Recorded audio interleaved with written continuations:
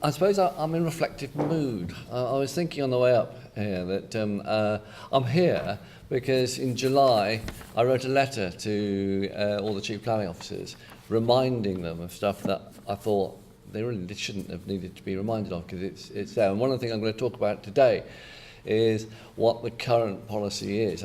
There's no big new announcement today. But it's interesting just to, as I was reflecting on this, is the stuff that we have in policy and said on my letter in the 12th of July is prompted me to get here.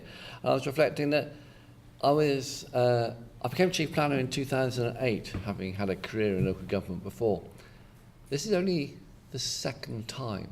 To be honest, it might be the third, but it's the second time, I think, that I've been asked to talk about planning and security. And I think that in itself says something. I think, well, why am I not being asked to talk about this more often? But equally, because I'm in reflective mood, why am I not out on the road talking about it more often myself? And I think that's something that will be interesting. I'm delighted that Gavin said he's going to give us some feedback from the events today, principally because we have a budget coming up in a few weeks' time. It's fairly busy at work, and I can't stay all day today, so it'd be really good to get that feedback. So I want to sort of go through where we are and sort of talk about, we recognise the issues that we're facing. We're facing a threat, as Gavin said. It's sort of got broader than planning and security. We know planning's got a role to play. We understand the links between counter-terrorism and crime prevention. And we do have key planning challenges which we recognise. And so what have we done to sort of try and set that out and to try and make sure people do understand it? And of course we have a planning system which relies on our National Planning Policy Guidance. It sits there and says, well, this is what the government thinks the planning system should do. And we have a local plan system. Now the local plan system, and that's your development plan box there, to be 100% accurate, it ought to have minerals and waste in there too, but for the purposes of today, local plans and neighbourhood plans, which of course are optional, but which the government is very, very keen on. There where you'll see your policies, and we have taken steps in recent legislation to say to people that not only must they have local plans, but they must keep them up to date every 5 years. So this is something about raising the status of the plans, and people have argued, legal people have argued about whether or not there is actually already a legal duty to have a plan or not. Well, we clarified it and said, yes, you have to have a plan. You need to be able to point to a plan where your strategic policies are, and we expect people to have plans and neighbourhood plans, although to be fair, we are making it more flexible about the way in which those policies are delivered. So you'll probably see in the country that local plan policies are delivered in different sorts of documents. It won't be the case that every local authority has a local plan necessarily. There'll be a menu, a way in which they can do it. And that in itself, I recognise, presents a challenge in trying to ensure that the policy content is carried through into the plans.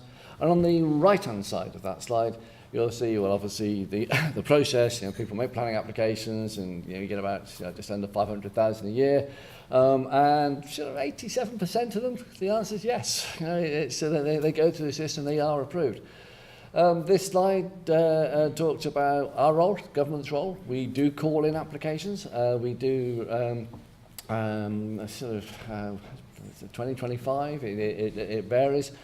And the Secretary of State will look at responses. We get requests to intervene, we get asked to do it, and often it's on particular policy areas. We were calling in quite a lot of applications on wind farms quite recently, and neighbourhood planning is often an issue.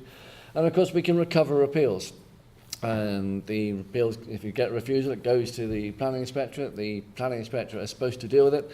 If we're going to deal with it, we recover it and say, we'll look at this. And again, we probably, in 2016, we dealt with about 80. And that's probably a reflection of the workload that where we're involved. And it's interesting whether we should look at security issues and as part of that issue. Both those, the call-in and the recovery, are based upon a set of criteria which has been lodged with the House of Commons, which is by a written ministerial statement. So the criteria we use for call-in and recovery is actually laid in Parliament. If I'm ever asked to try and explain it in layman's terms, the call-in is about size, and recovery is about impact. You need to read the criteria. So there's the planning system. We understand, and the NPPF, the National Planning Policy Framework, talks about sustainable development, and that remains the case. We expect local authorities to have regard to the sort of sustainable development issues, social, environmental, economic dimensions. One of the things that we are looking at, and I should return to this towards the end of my talk, is whether or not we're clear enough that these aren't necessarily tests that you need to pass. You don't have to go through, and it's not a tick box exercise. It's a more holistic approach to what is sustainable development and how sustainable development works. Interestingly enough, from our point of view, we did write the NPPF and our policy guidance to be accessible to everybody, not just to technical experts. And if you've got an iPhone or if you've got with you, if you were just to Google planning guidance or NPPF, you should be able to get the website in this room if you've got a Wi-Fi, which would give you access to the NPPF and to the guidance. So from our point of view, it's there, it's accessible. People should be able to read this stuff. And that's why sometimes I think, why did I have to write this letter? But I did, and I felt that we needed to. In the NPPF, we think the policies are clear. Gavin touched on it to start off with. We say in the NPPF that local planning authorities have to work with the MOD strategic planning team. They have to work with local advisors to ensure that they haven't taken into account the most up-to-date information. There are clear policy statements which we're saying to decision takers, local planning authorities, you must do this. This is stuff that we would expect you to do. We go further. We have the guidance suite, which we link, and I don't know, Gavin, I'm very happy for all these presentations to be made public. I've put on my slides, on every slide, I've put the link, so that if you put the link in, you will find this. On our planning policy guidance, we go further to say where there's identified risks, work with police partners to ensure local strategies in place. We talk about planning policies must relate to the wider policies on crime and prevention. Communities should work closely with the police to analyse and share relevant information and good practice. So you have policy, you have guidance, which is telling authorities what they should do. And we set out in there key principles which talk about planning, promoting appropriate security measures, objective, and it links to the very first slide that Gavin showed, creating safer places and buildings less vulnerable to terrorist attack. Pre-application discussions will ensure that applicants are aware of the right at the beginning. And it's interesting that when, on that first slide, when the challenge is trying to get consistent decisions, of course it isn't just a consistent decision from the local authority. It's as a client, if a client is coming forward, a developer wants to come forward with a scheme, he needs consistent advice from people like you in the room, that they know what it is that they're going to be expected to actually provide, even before they start saying, well, we need to go and talk to the planning authority about this. So we have a very clear policy, we have very clear guidance, which is setting out key principles of what people should do. It even goes as far as to sort of give examples. We talk about design principles, and we have examples, and of course with any sort of list of examples, it's, you're probably sitting there thinking that should be more comprehensive. Well, how long a list do you wish? But we set examples, we say that there's some of the things that to deal with issues, the principles, there are some examples of measures that we might expect people to look at. And again, I put the link at the bottom of the slide for people to actually see this in their own good time. But of course, we can talk about the policy and the guidance, telling people what they should do. And they say, well, okay, all right, Steve, that's the theory. But how does it work in practice? Now, what is the process that we expect people to go through? Well, we do talk about, and again, we have referenced it with a web link, we talk about, well, if you're going to obtain planning permission for security measures, well, there are some things that there's some steps here we say that people should be following. Best practice, ensuring security measures and maintain enhanced and meaningful location. We need to check that in fact planning consent is required. You don't always need planning permission for some of the measures, but you do have quite a comprehensive permitted development rights, and people should ask themselves does it actually need permission. And it's quite interesting that I was walking past Westminster Palace last week, and of course following the dreadful events there, they were looking at increasing security measures, and I know from talking to the planning department in Westminster, one of the questions was, well, can we take all this railing down and put up some wall around Westminster? And for me, these are some of the issues which need to be addressed, because actually what they have done is they put up a new gate in the gates of Westminster Palace now, and I think it ticks the boxes. It looks fine. You've got a World Heritage Site, Westminster Westminster Palace, and the gate they put up there looks fine.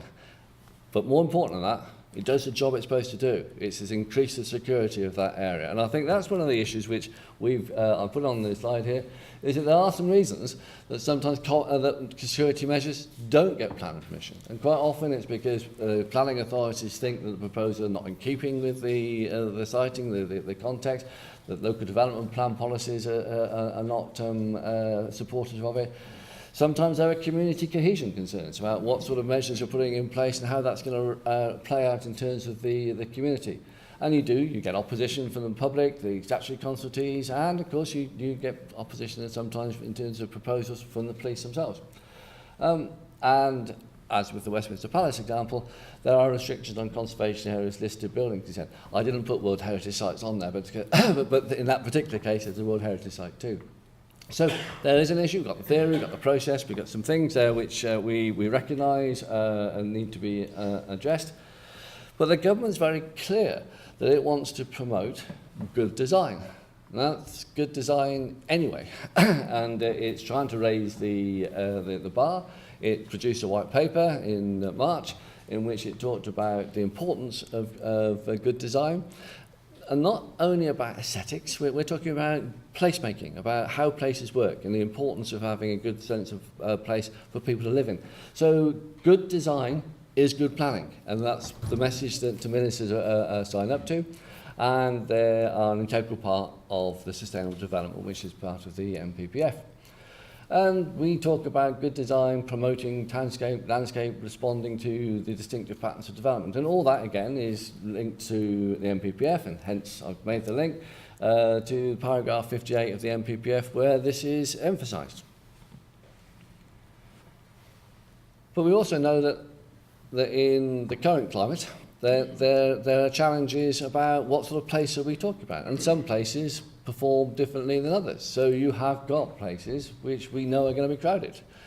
So we have actually made links, and we're trying to make it absolutely clear, and our MPPF and our guidance suite does this. It links to this guidance on the crowded places, design and technical issues, which tries to give some principles about the sorts of measures that you would expect to be addressed in looking at good design in crowded places. And I won't read all through those, you can read them yourself, and again, the slide pack is available, and I'm also conscious of the time. So that's what led me to send my letter in July, because I suppose the challenge was, were we still making sure that local planning authorities were aware of all that when you go into the local planning authority, make your planning application? And the view was that they needed to be reminded. So I sent them a letter, and I think it's interesting, again, in my reflective mood, to say that it did have an impact. I'm stood here today as a result of it. It did get some feedback from local authorities. And I suppose we need to think to ourselves about how we keep this high on our agenda, how we try and maintain the impetus which is clearly set out in policy and guidance, to try and make sure that local planning authorities do what we expect them to do. One of the things I'm going to be interested to get feedback from you on, and either directly or through the report, is why, if it's the case that you feel this isn't happening, why isn't it happening? And I suppose I know, and we've made it very public, that we're going to be reviewing the MPPF, and we'll be issuing a draft MPPF in the spring. And we'll be reviewing our guidance around that in due course. Some will come sooner than others. There'll be some guidance we need to have out at the time we issue the draft, and some guidance will come with the final document. If there were things that we needed to say that needed to be different, then now's a good time to be telling me. I can't say we will necessarily adopt the suggestions, but now's a good time to be Gavin writing in and saying, well, actually, it'd be better if it said that.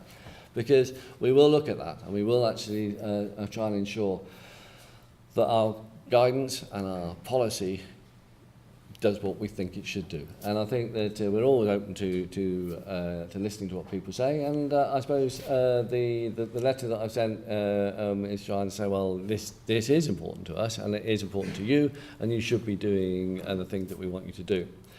Now, one of the things is, often I understand that people say to me, yeah, but it's about capacity, it's about resources, it's about people. Are there enough people either in the local planning authorities, or are there enough people in the police, or are there people, it's a whole range of issues.